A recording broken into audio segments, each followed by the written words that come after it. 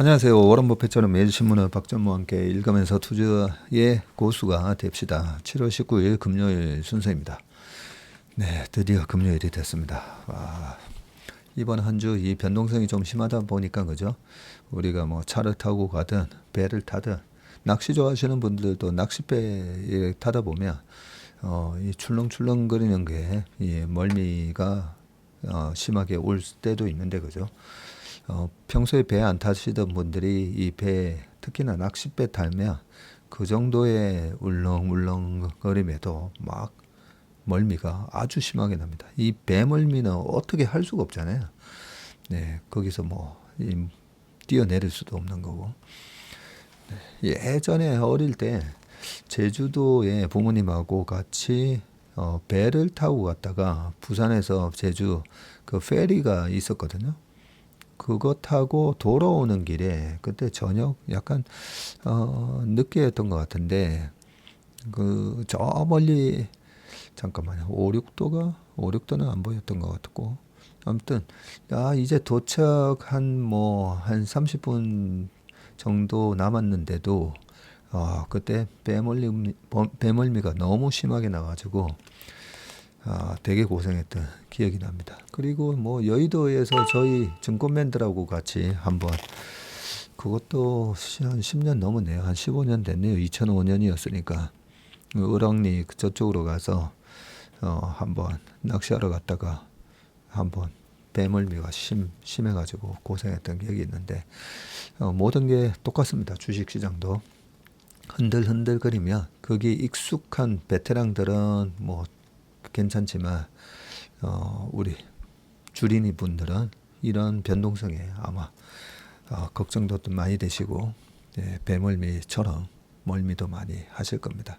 근데 자꾸 이렇게 지내다 보면요 익숙해지고 이런 변동성이 있을 때마다 그 월봉 차트 S&P 500 월봉 차트랑 그리고 우리 코스피의 월봉 차트라든지 아니면 내가 투자하는 종목 있잖아요.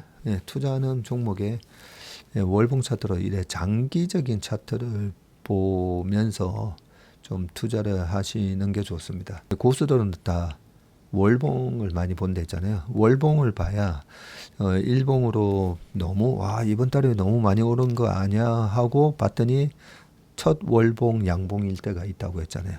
첫 양봉이 월봉상의 첫 양봉이 강하게 나오면 그게 거의 월간 단위로 한 평균 한 3-40% 오르거든요. 근데 그 첫 월봉 양봉에서 때리게 되는데 그게 이제 일봉만 쳐다봐서 그래. 어떤 분들은 너무 15분봉 주식을 투자하면서 너무 15분봉 이런 거 안 보시는 게 좋습니다. 이게 짧게 보면 볼수록 이 변동성이 커지고요. 그 짧은 기간의 변동성은 그거는 예측을 하기 힘듭니다.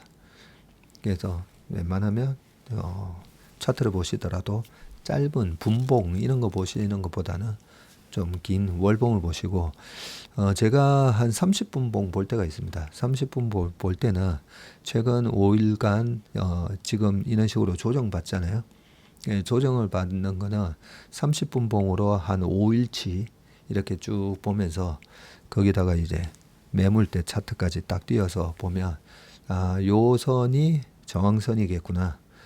요 선을 이번에 다음 주에 반등이 들어갈 때 이 매물대를 이 5일 동안에 가장 많은 매물대가 있는 그 가격대를 뚫는지 안 뚫는지 그런 거를 이제 확인하면서 이번 반등은 다음 주면 위로 돌파할 거야 라고 생각하시는 분들은 그런 식으로 30분 봉의 5일치의 매물대를 보면서 그 저항선을 뚫는지 보시면 되는데 제가 지금 이 변동성에 대응하는 방법으로 이 장기 차트를 보시라고 말씀을 하면서 이 30분 봉을 얘기하고 있네요. 자, 그러면 기사로 넘어가 보겠습니다.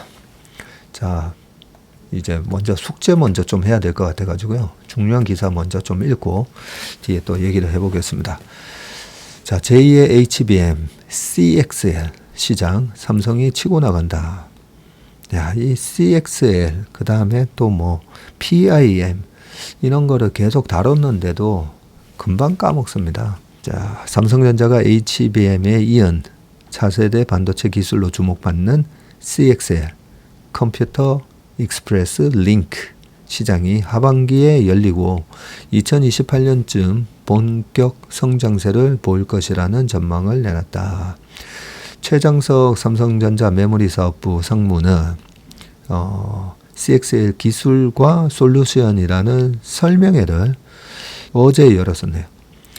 자, CXL은 빠르게 연결해서 연산한다는 뜻으로 중앙 처리 장치 CPU와 소통하는 반도체 장치별 언어를 하나로 통일해서 처리 속도를 끌어올리는 기술인데, AI 시대에는 많은 양의 데이터를 얼마나 빠르게 처리하느냐가 관건인 만큼 CXL 수요가 커지고 있다고 합니다. 자, CXL을 활용하면 간편하게 메모리 용량도 무한대로 확장할 수가 있고요. 그간 데이터 센터나 서버 용량을 늘리려면 추가로 서버를 증설해야 했고요. 일반적으로 서버 CPU에는 D램 모듈을 최대 16개까지 탑재할 수 있었어다. 자, CXL 기술을 쓰면 기존 서버 내 저장 장치인 이 Solid State Drive SSD를 꽂던 자리에 그대로 이 CXL 기반 D램 제품인 CMMD를 꽂아 메모리 용량을 늘릴 수 있다네요. 최 상무는 이론적으로는 무한대로 용량을 확장할 수 있다고 했습니다. 기존에는 CPU와 메모리 반도체가 데이터를 교환할 때 특정 규격에 맞는 D램만을 사용해야만 했는데, 이런 종류와 성능과 용량 제약이 사라진다는 이점이 있답니다. 삼성은 CXL 시장이 급성장하는 시기를 4년 뒤쯤으로 예상을 했고요. 시기는 아직까지 좀 기다려야 된다, 그죠? 서버용 CPU 시장을 주도하는 인텔이 CXL 2.0을 적용할 수 있는 제품을 하반기에 내놓으면서 시장이 본격적으로 열릴 것으로 봤다. 그래요. 전자는 이런 상황에 맞춰서 유럽과 아시아, 미주 등 고객사들과 제품 검증 등을 진행하고 있고요. 전자는 CXL 분야 기술력에서 시장을 선점하고 있는데, 업계 최초 타이틀을 걸고 각종 관련 제품을 내놨고요.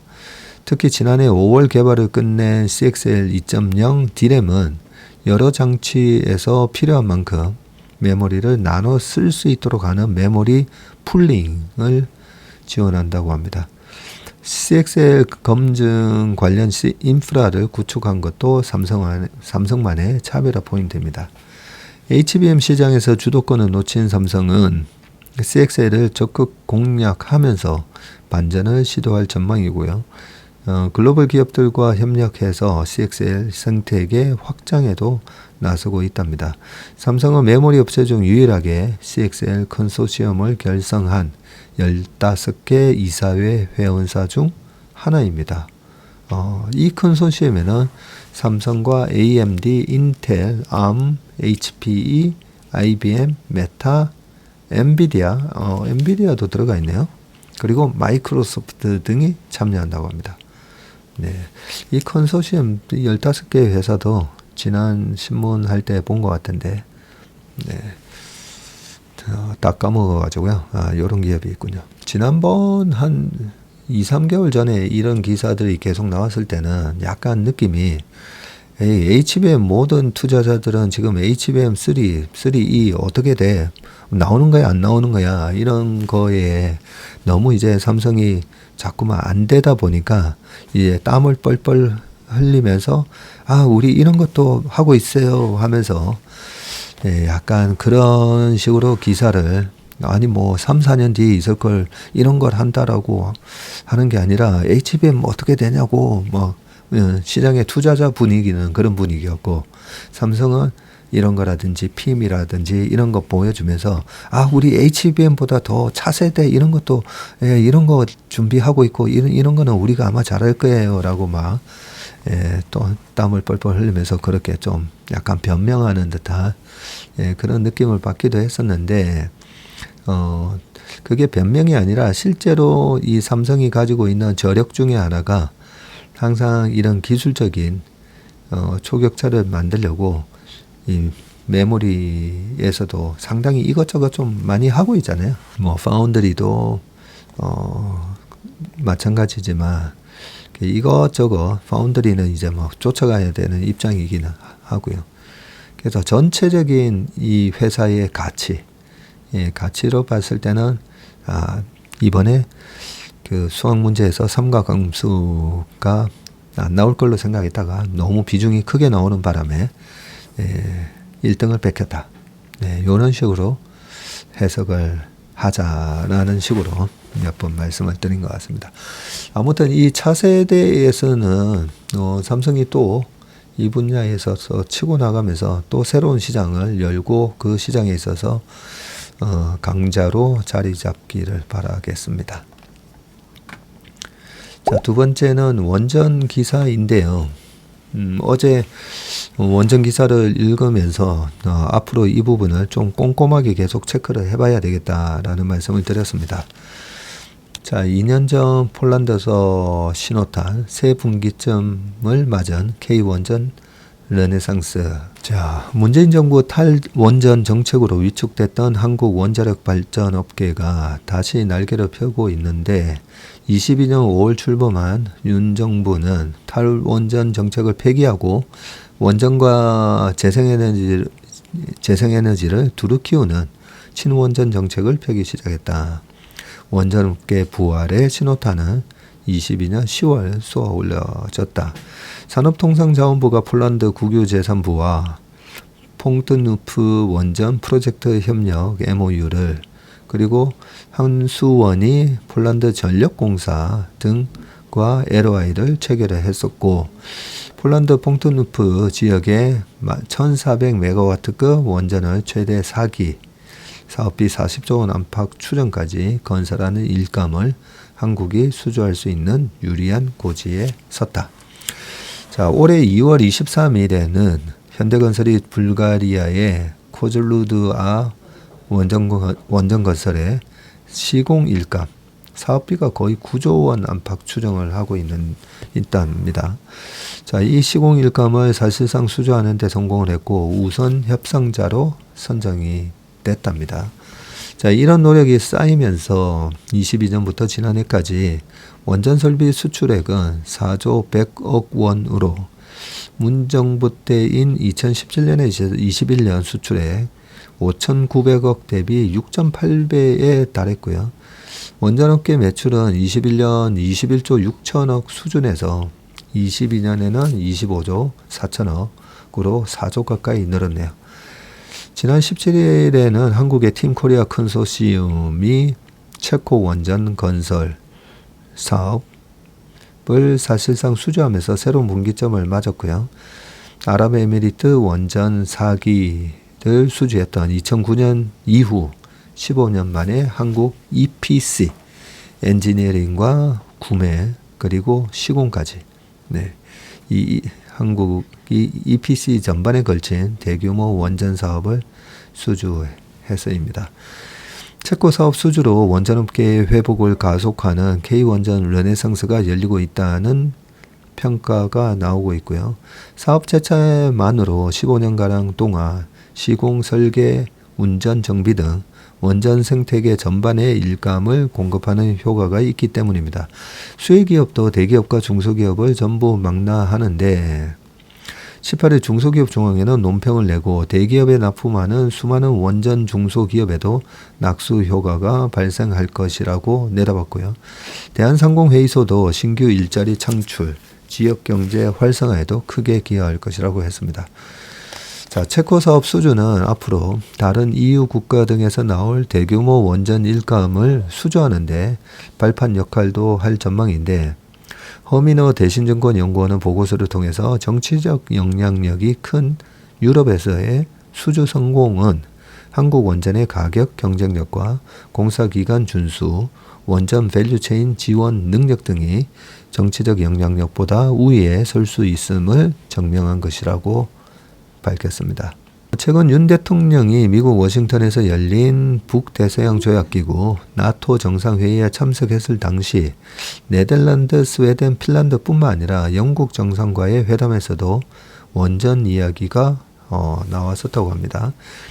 향후 불확실성을 키우는 요인은 정권 교체 등에 따라 다시 문 정부 때처럼 탈원전 정책으로 회귀할 가능성이다. 제발 이런 거 좀 정치적으로 좀 자유롭게 됐으면 좋겠는데, 그죠? 에너지원 가운데 원전을 인위적으로 배제하면 국내 원전업 생태계가 수축하고 이를 바탕으로 하는 수출에도 악영향을 미친다. 안덕근 산업부 장관은 해외 여러 곳에서 원전 정책이 바뀌지 않는다는 보장을 하라는 이야기를 한다면서 정책 환경을 안정적으로 끌고 갈 수 있도록 국회와 함께 최선을 다할 계획이라고 말을 했습니다. 오늘 이 기사를 읽으면서 어제랑은 또 다른 생각이 아이디어가 막 떠오르네요. 어제는 2009년 아랍에미리트 원전 수주했을 당시 전후로 주가가 어떻게 움직이는지를 이제 공부해 봐야 되겠다 생각을 했었는데요. 오늘은 읽다 보니까 EPC 있었잖아요. 저런 얘기가 한창이었을 때가 또 2007년 이 우리나라 건설업체들이 해외에다가 석유화학 플랜트라든지 정유 공장 이런 거 막 엄청 지어줄 때 지어줄 때인데, 그때 당시에 2007년도에 유가가 이제 100불 돌파하고 2008년 초에 유가가 이제 147불까지 올라가는데요. 그 와중에 당시에는 건설주들 그때 되게 좋았습니다. 이 주택 시장도 좋고 실제로 해외 플랜트도 좋고 하다 보니까 그래서 그때 마스터 헤브로 가져가야 되는 포트폴리오에서 마스터 헤브로 가져가야 되는 주식이 삼성 엔지니어링이었거든요. 해외 플랜트. 네. 그리고 또 하나가 GS 건설이었습니다. 그래서 지금 쭉 읽다 보니까 그때는 해외 플랜트 건설이라든지 이런 게 중국 업체가 감히 우리나라 업체하고 이 경쟁을 할 수준이 아니었기 때문에, 그러면 이번 이 원전 수주 이후에 추가적인 모멘텀에서 일단은 이번에 마지막 경쟁을 했던 국가가 프랑스였었잖아요. 유럽에서도 일단 철저하게 중국은 배제하는 분위기라서 일단은 중국하고 경쟁할 염려는 없어 보이고, 왜냐하면 우리가 어제 가성비, 그리고 적기 시공 요게 상당한 강점이었는데, 이 가성비가 또 중국이 훨씬 또 인건비라든지 이런 거에서 또 치고 들어올까봐 그런 걱정을 또 해볼 수도 있는데, 일단 중국하고는 경쟁을 안 한다고 하면 다른 이런 프랑스 업체라든지 다른 나라랑 비교했을 때는 우리가 가장 우위에 있지 않나 하는 생각이 들면서, 이게 잘하면 2006년, 7년, 8년 초까지 그런 우리나라 건설사들의 주가 상승 모멘텀하고 좀 비슷하게 좀 흘러갈 수 있겠다라는 생각이 좀 들었습니다. 네, 요 정도 아이디어로 뇌피셜이니까요. 공부를 해야 되죠. 그때와 지금하고는 또 다른 점은 뭘지, 그런 부분에 또 그쪽 분야에 또 종사하시는 분들은 또 댓글에다가 또 남겨주시면 많은 도움이 되겠습니다. 전력 설비를 작년에 너무 저게 언제까지 저렇게 될까? 분명히 넷피셜로 보면 그죠? 당연히 미국에 우선적으로 반도체 공장, 자동차 공장, 전기차 공장, 배터리 공장 다 그냥 미국에다가 지어. 돈은 우리가 보조금 줄게. 그리고 그 돈은 페드가 돈을 많이 찍어놨기 때문에 얼마든지 이제 미국 정부가 줄 수 있는 상황에서 돈의 낙수 효과를 우리나라 전력설비 회사들이 변압기부터 이렇게 꽤 오랜 기간 동안 올랐잖아요. 그래서 이번에도 이게 하나의 물꼬가 터이면서 그런 모멘텀이 있을지 한번 계속 공부를 해보겠습니다. 자, 두 번째 기사는요. 샤넬을 지키는 장인 정신. 장인 지키는 샤넬. 좀 전에 이제 프랑스 업체랑 아까 프랑스 축구 얘기도 했었는데, 이 프랑스가 참 이 역사적으로 뭐 철학자들 데카르트뿐만 아니라 이래 뭐 역사를 공부해 보면 프랑스 혁명 등 오늘의 프랑스가 있기까지는 이렇게 위대한 사람들이 많았구나. 뭐 이런 생각이 드는데, 자, 샤넬이 프랑스 브랜드 맞죠? 이런 샤넬은 어떤 정신과 어떤 과정을 거쳐서 이렇게 22년도에 주가가 그렇게 박살나는데도 샤넬 백은 그 해만 하더라도 3번에서 4번 가격을 올렸다라고 제가 신문 기사를 본 것 같거든요. 제가 한번 공부를 해보겠습니다. 우리나라에도 이런 기업이 탄생할 수가 있기 때문에요. 자, 프랑스 파리 19구의 랜드마크인 르 19M은 프랑스 패션 업계에 내노라 하는 공방과 장인들이 모여 있는 곳이다. 자수, 구두, 금세공 등 다양한 분야의 장인 약 700명이 이곳에서 섬세한 손끝으로 작품에 생명을 불어넣는다. 이곳을 짓고 운영하는 주체는 글로벌 패션 브랜드 샤넬이다. 샤넬의 장인 정신이 살아 숨쉬는 곳, 러 19M. 이 프랑스어로 이 19를 뭐 어떻게 읽어야 되는지 전혀 모르다 보니까 러 19M을 중앙일보가 찾아갔다.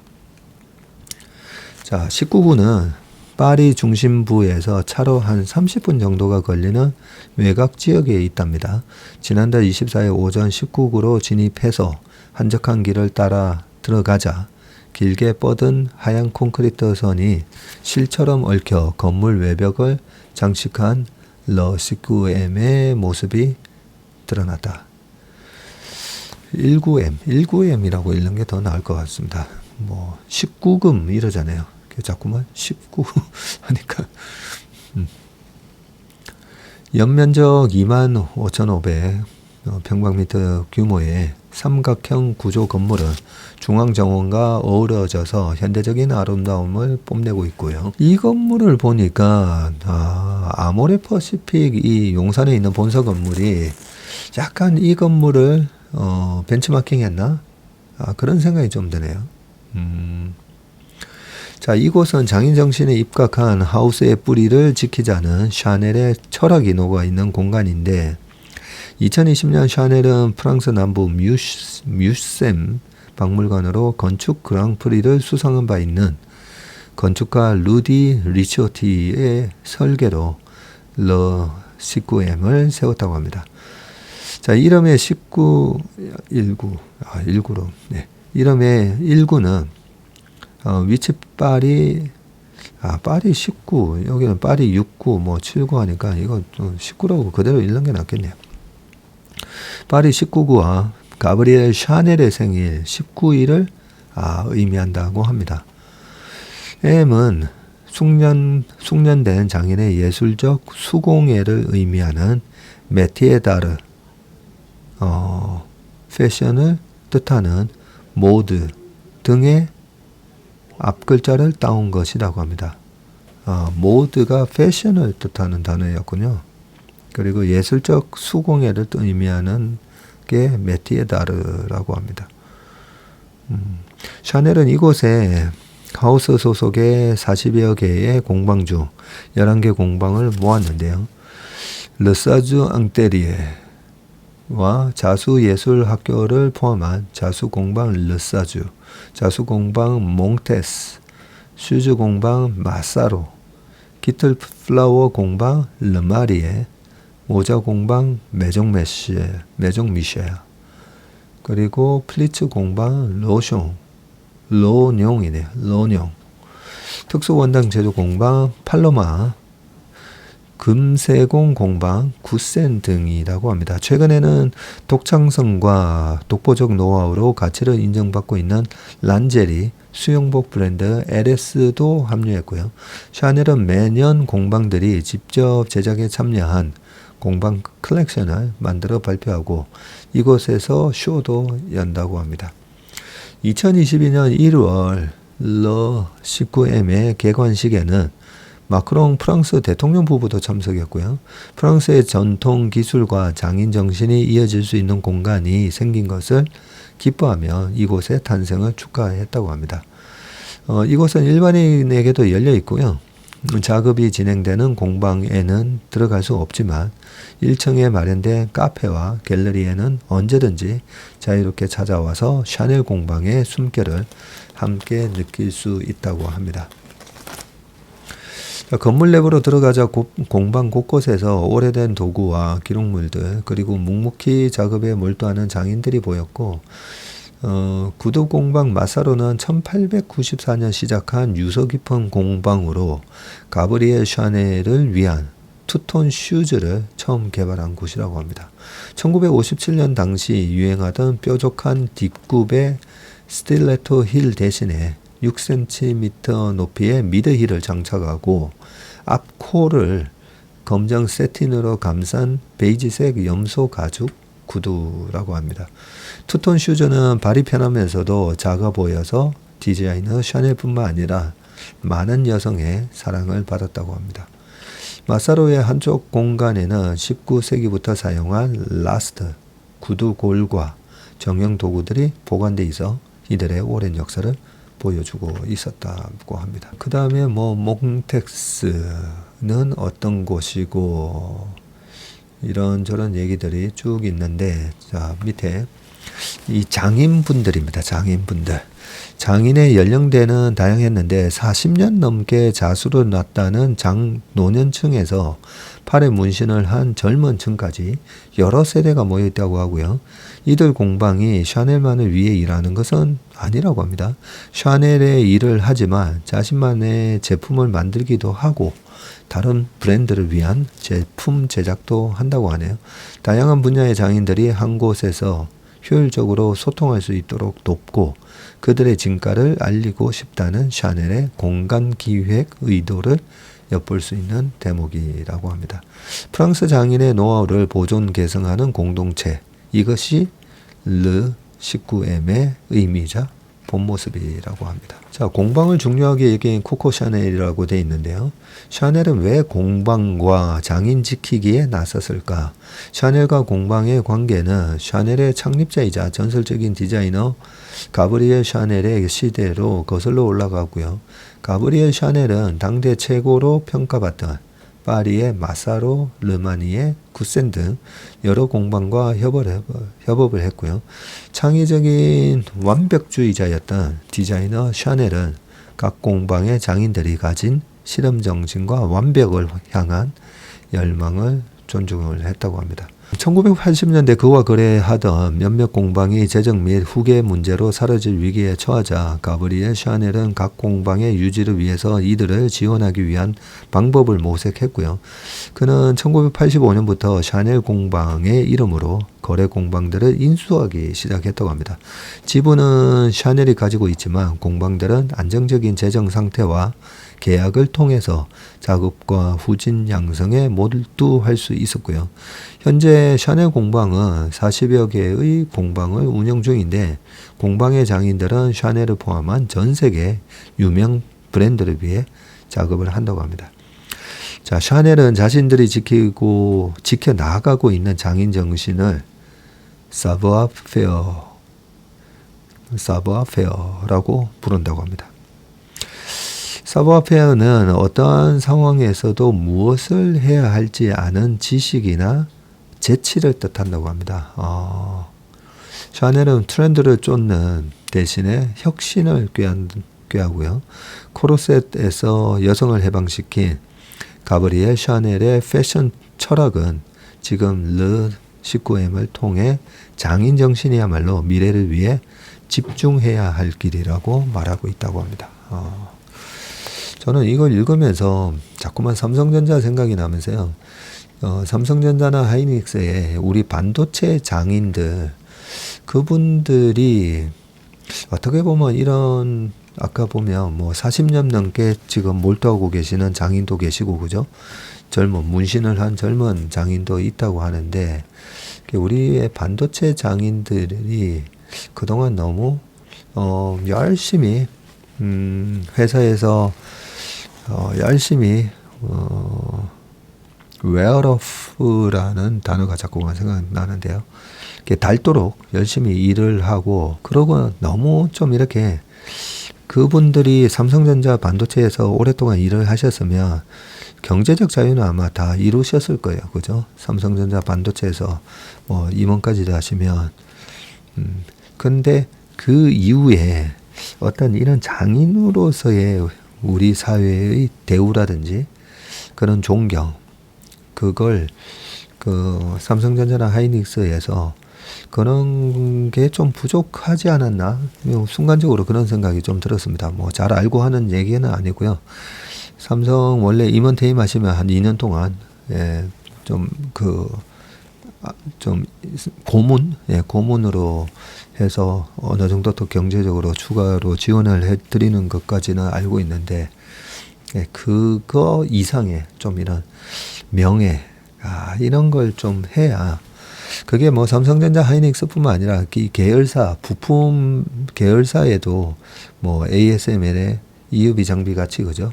이 계열사에서도 이 장인들 분들이 꽤 많으실 건데, 그런 거에 대한 좀 어떤 이런 공부한과 같은 이 르시꾸엠의 목적이 딱 그거라고 돼 있잖아요. 보면 트렌드를 쫓는 게 아니라 혁신을 꾀하고 자신들이 지켜나가고 있는 이 장인 정신을 지켜나가는 거.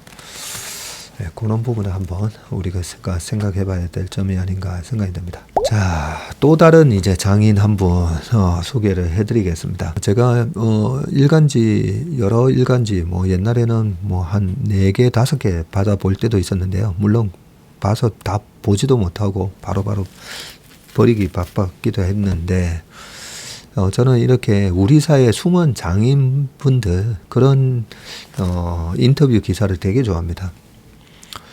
자, 어떤 분이신지 한번 보겠습니다. 회장님 왔는데 차 문 열지 마. 47년 전설의 도우맨 비결. 자, 어떤 분이신가 하면요. 47년 전설의 수문장 조선호텔 도우맨 권문현 님 얘기네요. 칼주름 잡힌 검은색 양복 바지에 반짝반짝 빛나는 구두, 2대8 가르마로 단정하게 빗어 넘긴 머리, 가슴팍에 달린 앤드루 권 금속 명찰. 지난 11일 오전 조선호텔 입구에서 만난 도우맨 권문현 지배인은 71세시네요. 야, 근데 지금 서 계시는 어떤 자세나 이 관상에서 이 관상책을 좀 읽다 보면요. 옛날에 허영만의 관상 이런 것도 있었지 않습니까? 그죠? 거기서 이런 얘기가 있었습니다. 우리가 관상하면 얼굴만 보지만 이승엽 야구 선수를 얘기하면서 이승엽 야구 선수의 얼굴에서의 관상보다 몸의 풍채에서 나오는 어떤 기운, 그게 너무 좋다. 이런 걸 제가 본 기억이 있어가지고요. 이 권문현 지배인 님도, 71세, 저보다도 거의 뭐, 한 20년 더 많으신데도 딱 서 계시는 어떤, 기운과 이런 게, 굉장히 단단한 분이시다라는 생각이 듭니다. 어떤 소신과 신념, 이런 게 굉장히 단단한 분이시다 생각이 듭니다. 자, 이분은 도우맨은 호텔 서비스의 시작이자 끝이다. 그는 매일 500번 이상, 많을 때는 1000번씩 남녀노소를 불문하고 고개를 숙인다고 말했습니다. 도우맨으로 47년 호텔밥을 먹었으니 아마도 서울 사내문 안에서 가장 많이 고개를 숙였을 것이다. 야, 47년. 동료인 30대 도어맨이 막 도착한 차량 번호 1땡땡땡 세단 뒷자리 문을 잡아 열려 했다. 그때 권 지배인이 뒤에서 입을 가린 채 문 열지 마라고 귀뜸을 했다고 합니다. 이 차의 회장님은 도어맨 대신 운전기사가 직접 문을 열기 원하기 때문이라고 합니다. 단골 차량 번호를 미리 외우고 있기에 가능한 판단이다. 프로의식의 시작이 궁금해졌다. 네, 1977년에 입사하셔가지고요. 매일 오전 5시 반에 출근하신다고 합니다. 신문의 인물 동정란을 꼭 읽고 스크랩을 하신다네요. 자, 53년 경남 합천에서 태어났습니다. 고등학교를 졸업한 뒤 마늘 농사를 짓고 양봉도 했지만 신통치 않았죠. 대구에서는 큰 누나 단칸방에 얹혀 살며 주물 공장에 다녔습니다. 무쇠 조각과 석탄 뭉치를 들것에 실어 2층 용광로에 옮기는 일을 했습니다. 76년 서울로 올라왔습니다. 터널 공사 현장에서 시멘트 바르는 일을 했고 함께 일하던 친구가 호텔에서 일할 사람을 찾는다던데 지원해 보겠냐고 물어서 한 번도 가본 적 없는 호텔이지만 멋진 신세계일 것 같았습니다. 그날로 면접을 보러 갔고 5일 만에 출근하라는 연락이 왔고 도어맨 권문현의 시작이었다고 합니다. 자, 일과가 어떻게 됩니까? 여쭤봤더니 호텔 입구에 서서 오전 6시부터 오후 3시까지 일을 합니다. 호텔에는 오전 5시 반까지 도착합니다. 47년 동안 단 한 번도 지각한 적이 없어요. 저는 오늘 또 지각했거든요. 제가 지각대장입니다. 그래서 제가 제일 존경하는 사람이 우리 회사의 제1호 상무처럼 새벽 5시 출근하는 사람입니다. 저희 직원들 왕 차장이 한 6시에서 6시 반 사이에 온다고 들었고요. 저는 일찍 출근하시는 분들 되게 존경합니다. 제가 그걸 잘 못하기 때문에. 저희 아버지께서도 항상 일찍 새벽에 일어나셔서 산에 가서 약수 떠와서 집에 갖다 놓으시고 출근하셨는데 희한합니다. 그래서 제가 저희 아버지 10%만 따라 했었어도 훨씬 더 훌륭한 사람이 됐을 건데 이런 얘기를 많이 합니다. 자, 47년 동안 단 한 번도 지각한 적이 없다고 하십니다. 출근하면 그날 어떤 VIP가 호텔에 오는지 행사가 있을 경우 인원과 동선도 확인합니다. 퇴근할 때까지 점심시간 30분을 빼면 눈, 코, 뜰 새 없이 바쁘죠. 손님 차 문을 여닫고 안내하는 것은 기본입니다. 짐을 옮겨 달라거나 택시를 불러 달라거나 약을 사달라거나 손님이 원하는 건 되도록 해드립니다. 2013년 60세로 정년 퇴직한 뒤에 여의도 콘레드 호텔에 스카우트해서 10년간 일을 했습니다. 그러면 작년까지 여기 콘레드 계셨군요. 어쩐지 딱 얼굴을 한번 뵌 적이 있는 것 같아서 콘레드 호텔에서 일을 하셨군요. 네, 그리고 조선호텔의 간곡한 요청으로 지난해 10월 다시 고향으로 돌아왔고 70세의 정년 연장의 꿈을 이룬 비결이 궁금합니다. 조선호텔 측은 나이를 불문하고 도우맨을 비롯한 호텔리어에게 프로의식을 심어줄 필요가 있었다면서 권씨를 찾는 VIP도 있어서 말 그대로 삼고초려했다고 설명을 했습니다. 서비스는 디테일이라고 생각합니다. 이거 하이라이트, 이거는 좀 적어놔야 되겠네요. 예를 들어서 택시를 타고 온 손님은 신용카드로 결제를 하는 경우가 많습니다. 영수증을 받기까지 몇 초가 걸리는 만큼 속으로 하나, 둘, 셋, 센 뒤에 문을 엽니다. 날씨가 덥거나 추울 때도 마찬가지로 차 문을 천천히 열고요. 단골은 한 발 더 한 발 더 들어갑니다. 차에서 내릴 때마다 벗었던 신발을 갈아 신는 습관이 있는 손님도 민망하지 않도록 차 문을 늦게 엽니다. 야, 많이 챙겨주기를 바라는 손님에게는 고개를 45도 숙이고 부담스러워하는 손님에게는 고개를 15도 정도 숙일 정도로 신경을 씁니다. 즐겨 찾는 동선이 있을 때는 먼저 안내하기도 하고요. 어느 서비스업이나 마찬가지겠지만 도우맨에게 요구하는 디테일은 그런 것 아닐까요? 네. 그러니까 택시에서 우리가 호텔에 행사가 있어서 딱 가서 딱 정차를 하고 카드를 드리면 기사님이 띵 해가지고 하는데 최소 한 3초 걸리니까, 근데 문을 이렇게 열고 있으면 좀 민망하기도 하죠. 미안하기도 하고. 그래서 일부러 하나, 둘, 셋 세고 또 문을 열고. 네, 참 디테일이 있다. 서비스는 디테일에 있다. 자, 그를 만난 11일은 마침 인구의 날 기념 행사가 호텔에서 열렸고 장관과 대기업 최고 경영자부터 외국인 교수, 유모차를 끌고 온 다둥이 가족까지 수백 명의 참석자로 로비가 북적였다고 합니다. 이날 지인을 만나러 호텔에 들른 염재호 태제대 총장은 그를 알아보고 아이고 지배인님 오랜만입니다. 잘 지내셨습니까? 하며 얼싸 안았다고 합니다. 장관부터 대형 교회 목사까지 그를 알아보고 인사하거나 말을 건네는 사람이 여럿 있었고, 그는 김대중 전 대통령에게 관광산업을 위해 노력하는 호텔 직원들의 수고가 많으십니다라고 쓴 편지를 받은 적도 있다고 합니다.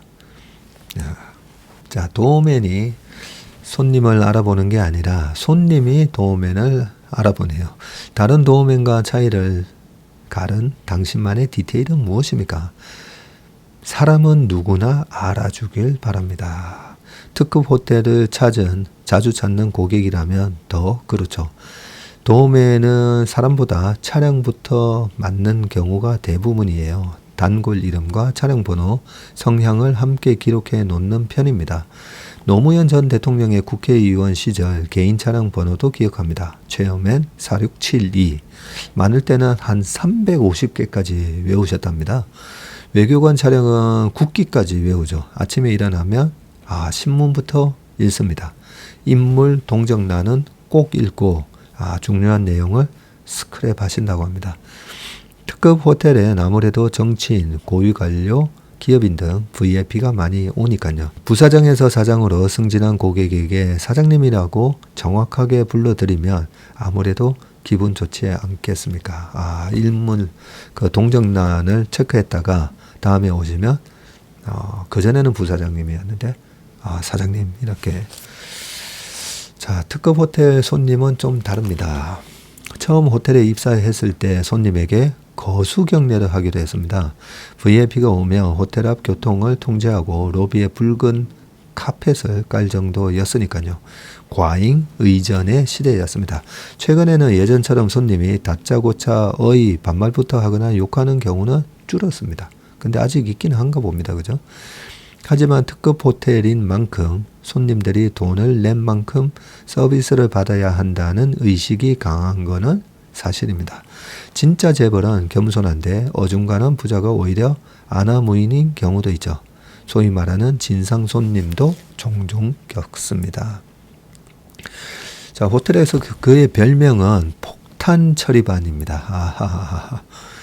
다른 직원이 두 손 두 발 다 든 진상 손님도 곧잘 달래서다. 그는 잔뜩 화난 손님은 조용한 곳으로 모셔서 10분이고 20분이고 무조건 듣는다. 저랑 좀 비슷하시네요. 화를 가라앉힐 때까지 충분히 듣고 난 뒤 설명해 드리면 풀리는 경우가 많다고 말했습니다. 마지막으로 명함을 꼭 받아둔다. 다음에 왔을 때 조금이라도 더 신경 쓰기 위해서다. 그도 사람인지라 답답할 때면 속으로 몇 번이고 이렇게 되낸다고 했다. 내 앞에 손님은 진상이 아니라 애정 고객이다. 애정이 있어야 지적도 한다. 호텔을 다시 찾기 싫은 고객이라면 조용히 떠날 것이다. 문제를 지적하고 불편함을 표시하는 건 다시 방문할 마음이 있어서다. 관심을 가져달라는 뜻이다. 자, 스트레스가 심할 것 같습니다. 세상에 만년 갑으로만 사는 사람이 있겠습니까? 일하는 동안 변하지 않은 마음가짐이 하나 있습니다. 손님은 왕은 아니지만 손님은 손님이다. 손님이 누릴 수 있는 서비스는 최대한 제공하되 왕이기 때문에 다 해주는 식은 아니라는 얘기입니다. 손님도 도우맨과 똑같은 사람이라는 생각, 당당한 자신감을 갖고 큰 실수만 하지 않으면 됩니다. 손님 상대하느라 쌓인 스트레스는 집으로 가져가지 않는 게 원칙입니다. 이 원칙도 저랑 비슷하네요. 저희 외할아버지가 그러셨다고 어머니께서 늘 말씀을 해주셔서 그 건설 쪽에 계시면서 그 예전에 상당히 힘드셨을 때도 집으로 오시면 한 번도 바깥에서 쌓인 스트레스를 집에서 얘기하신 적이 한 번도 없다고 하십니다. 호텔 도우맨 대부분은 20, 30대다. 그의 딸보다도 훨씬 젊다. 동료에게 꼰대가 되지 않는 법을 묻자 그는 어설프게 살갑기보다 묵뚝한 게 낫다. 꼭 필요한 말만 하려고 한다. 생각 없이 흘러 넘치는 말이 없도록 말수를 최대한 줄인다. 내 일은 철저하게 한다. 나의 일하는 방식을 동료에게 강요하지 않는다. 야, 참 이 부분도 내 일은 철저하게 하고 보통 보면 우리가 꼰대가 되는 게 야, 내가 옛날에 그렇게 해봤고 야, 이건 이렇게 해야지 하면서 내가 일하는 스타일이 옳고 저 사람이 일하는 스타일이 틀리다라고 이 다를 수 있는 부분인데 그거는 나는 옳고 너는 틀려. 요런 거에서부터 이렇게 기스가각이 동료애가 기스가각이 시작하는데 야, 하나하나 왜 조선호텔에서 이분을 다시 모셔갔는지 알 것 같네요. 나의 일하는 방식을 동료에게 강요하지 않는다. 자, 억지로 친해지지 않으려 할 뿐 아니라 페이스북, 인스타그램 같은 SNS도 직접 하신답니다. 동료 또래의 정서는 놓치고 싶지 않아서다. 그는 한때 에어컨, 히터 있는 사무실에 앉아 일하는 친구들이 참 부러웠다고 하셨습니다. 하지만 친구들은 대부분 직장을 떠났고 허리 디스크로 고생하는 경우도 많은데 그만 여전히 현역이다. 허리 아픈 건 물론이고 살찔 틈도 없었다. 평생 덥고 추운 호텔 입구에서 수문장으로 일한 덕분이다. 이제는 친구들이 그를 부러워한다. 강자가 오래가는 게 아니라 오래가는 사람이 강자라 했나? 아무나 오래가는 것은 아니다. 참 그죠? 이런 분들 기사를 이렇게 볼 때마다 느끼는 점은 우리가 경제적 자유를 이루기 위해서 또 우리 가족들 위해서 아니면 내가 하고자 하는 뭔가를 위해서 자금이 필요할 수가 있으니까 그 정도 단계까지 돈을 벌기 위해서 참 열심히 성실하게 일해야 되는데 어느 순간부터는 저런 장인분들은 돈 벌려고 하는 게 아니라 어떤 사명감과 소신과 내가 일하는 거에 대한 상당한 자부심과 자긍심을 갖고 일하신다는 걸 알 수가 있습니다. 저런 분들의 인생을 평가를 할 때 이분은 얼마의 재산을 모았을까 그렇게 우리가 평가를 하지는 않지 않습니까? 그죠?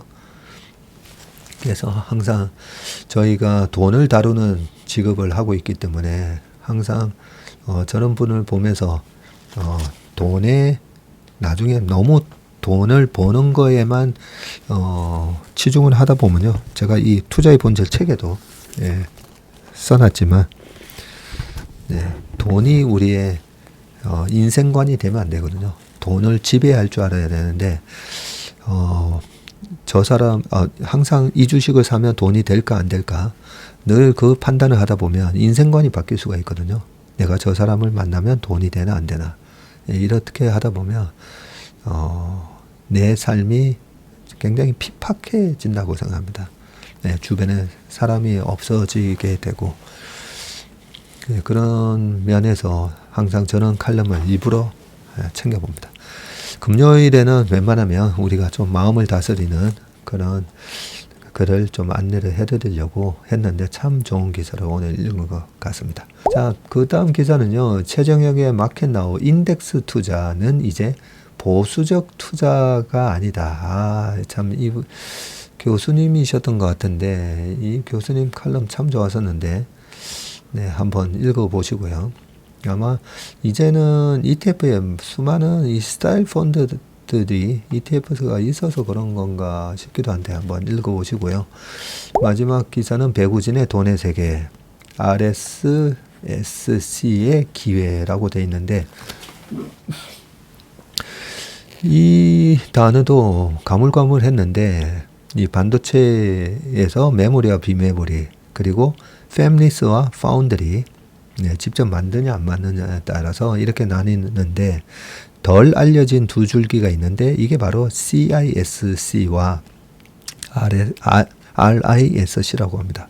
둘은 마이크로 프로세서 설계의 밑그림이라고 합니다. 간략한 명칭이 바로 아키텍처라고 하는데 CISC는 복잡하고 이를 기반으로 만드는 칩도 그렇고 RISC는 단순한데 그러면서 이제 쭉 되어 있습니다. 그래서 맨 마지막에 보면요. 이 기술 바탕으로 인텔과 그 다음에 AMD, 퀄컴 그리고 삼성전자 등도 있고요. 5년 내 윈도우 PC 프로세서의 절반 ARM이 잡은 목표다. AMD와 엔비디아도 RISC 칩을 개발 중이라고 알려졌다. 이 RISC의 인텔은 어떻게 대응할까? 예, 이런 기사니까 한번 읽어보시길 바라겠습니다.